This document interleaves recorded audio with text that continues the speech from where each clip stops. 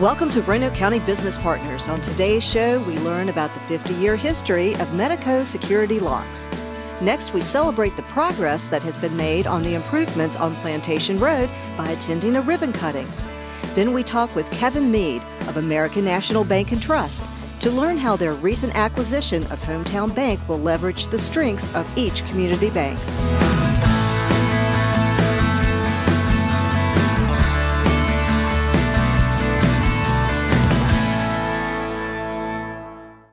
We're here now to celebrate an exciting event in Roanoke County. Medeco Locks is celebrating their 50th anniversary, and today with me is Joey Kingma. He's the general manager for Medeco. Joey, welcome to our show. Jill, thank you. It's great to be here. So it's an exciting time for Medeco in Roanoke County, and we're so grateful for your many contributions to our community. Tell us about your anniversary. It's been a great celebration. We really stand on the shoulders of giants. There are gentlemen who started the company back in 1968 that with just a good idea and a lot of guts and hard work built this company into what it is today, whereas now we're part of the Asabloy Group, part of a global leader in door hardware solutions. Right. Well, and you have 260 employees in Roanoke County, is that correct? That is correct, and growing. We'll add more before the end of the year. Well, you're one of the few legacy companies in Roanoke County that has actually not only started here in the community, but you've maintained your operating legacy here for over 50 years. So that's really exciting news for us, and I'm sure it means a lot to your employees as well as the citizens of Roanoke County. It does. We've got some families with 2 and 3 generations in our facility, which just thrills us, and we love the quality of life. We love the people in the valley. It's hard to call any other place home.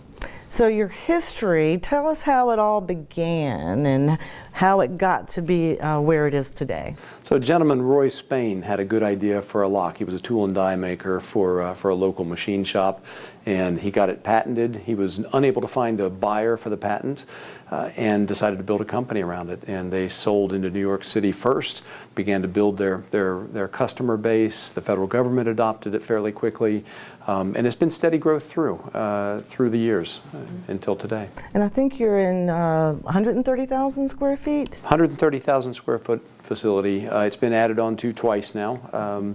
We'll see if we need to do more. Again, another demonstration of your continued growth here in the community. Absolutely. I understand that these locks are particularly challenging. Is that correct? If you are a bad person trying to get into the locks, yes, we try to make them very challenging. They're UL 437 listed, which means they're hard, almost impossible to pick or drill or any other way you could compromise them. Well, that makes you unique in the region and in the United States, I'm sure, in terms of lock production. It does. We're just part of a few manufacturers in the U.S. that build locks to that standard.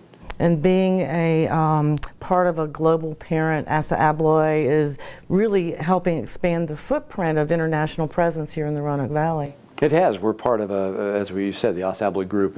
We've got operations in 70 countries and distribution globally. So it's truly a worldwide organization with about $9 billion in sales and almost 50,000 employees.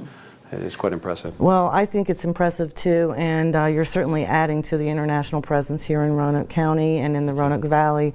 We'd like to thank you for your many contributions, and I know that the chairwoman of our board, Martha Hooker, actually celebrated with you on Saturday with all of your employees at your anniversary celebration, and I understand that was a fabulous event. It was a lot of fun. It was great to have her. Thank you for everything you do for our community. Jill, thank you so much. Thank you, and we'll be right back. The Brambleton Area Business Association annual Christmas parade is fast approaching. The parade will be Saturday, December 1st at 9 a.m. Parade applications for participation and sponsorships may be found at brambletonbusiness.org. The Brambleton Area Business Association is looking to have a huge turnout again this year, so mark your calendars for December 1st at 9 a.m. and get ready to join in by participating in the parade, sponsoring the parade, or just come and enjoy all the fun. And don't forget, Christmas parade applications for participation and sponsorships may be found at brambletonbusiness.org.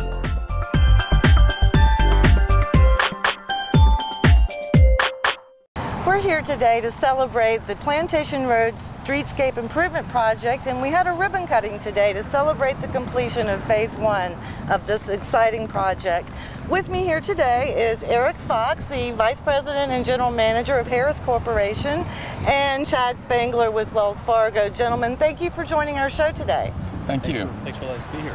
So Eric, tell us about what this project means to Harris Corporation. Well, all of our employees are really excited about the project. Now that it's complete, people can take advantage of the access. Really, I think mostly people are looking forward to some lunchtime breaks, walking up and down Plantation Road, getting out of the building, enjoying the outdoors, walking over to Walren Park. So definitely a lot of excitement with this phase completed. And I know, Chad, that this means a lot to you and your employees. You're the largest employer in the Plantation Road corridor. I think you're at over 2,000 employees at this juncture. So Yeah, that's right. why don't you tell our viewers what this project means to your operation? Yeah, this is a big deal for us. Wells Fargo, we have 6 contact centers in the United States, and one of them is right here on Plantation Road in Roanoke County. And so, as you mentioned, we have over 2,000 team members that come to work every day right here.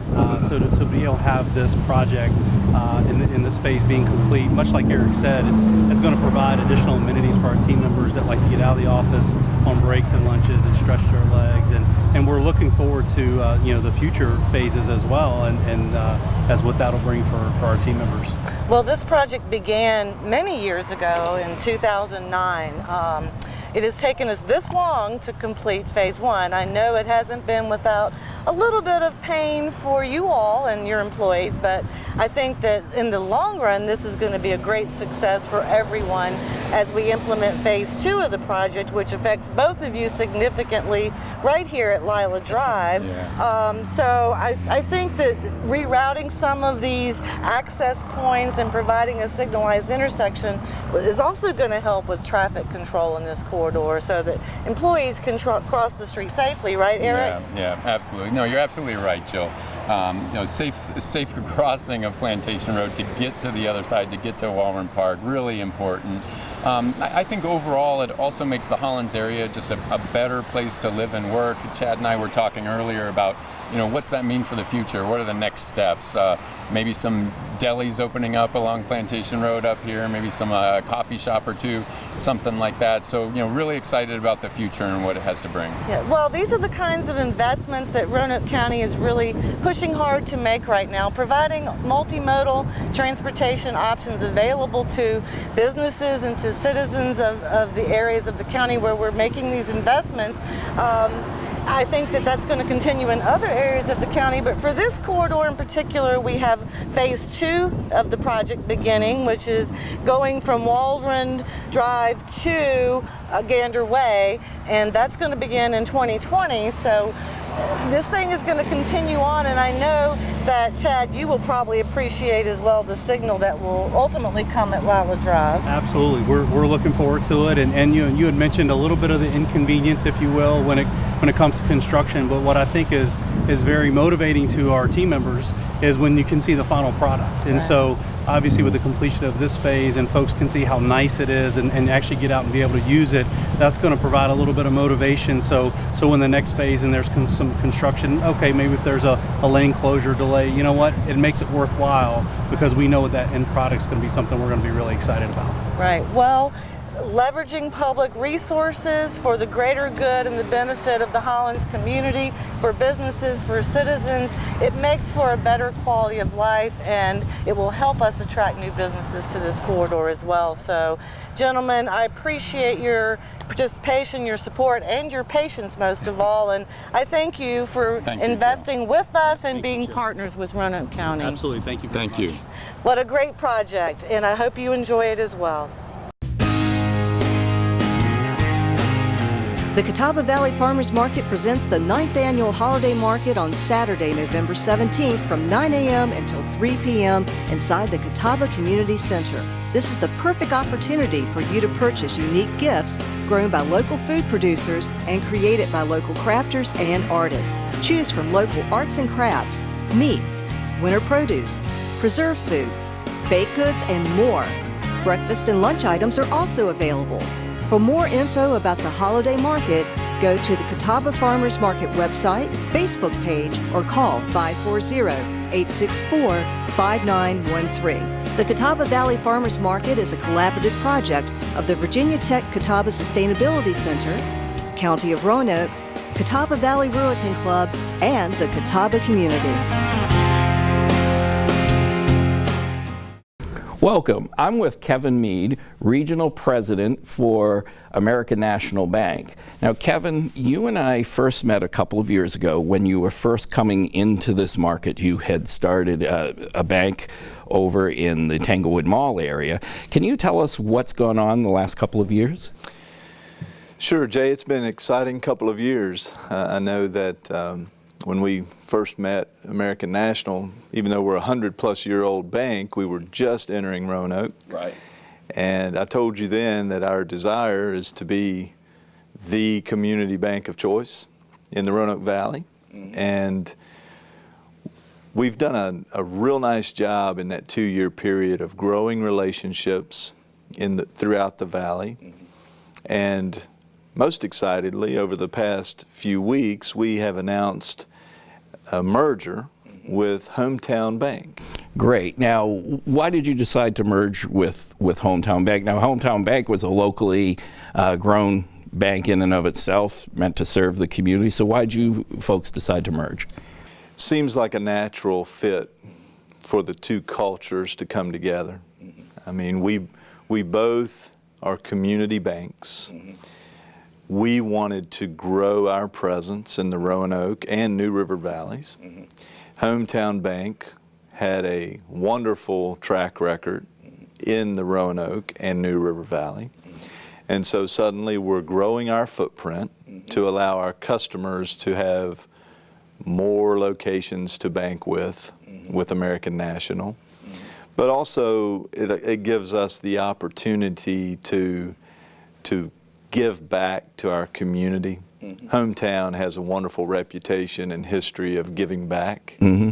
Yeah, I know you guys have that great softball field right next to your bank in the Tanglewood Mall area. I know you kind of inherited that when you purchased the property, but you did a nice job of really fixing it up, making it look great. So. It's gone well. You know, that field is used almost every day during the summer, and Hometown has that history of giving back, and it's consistent with who we are and who we want to be.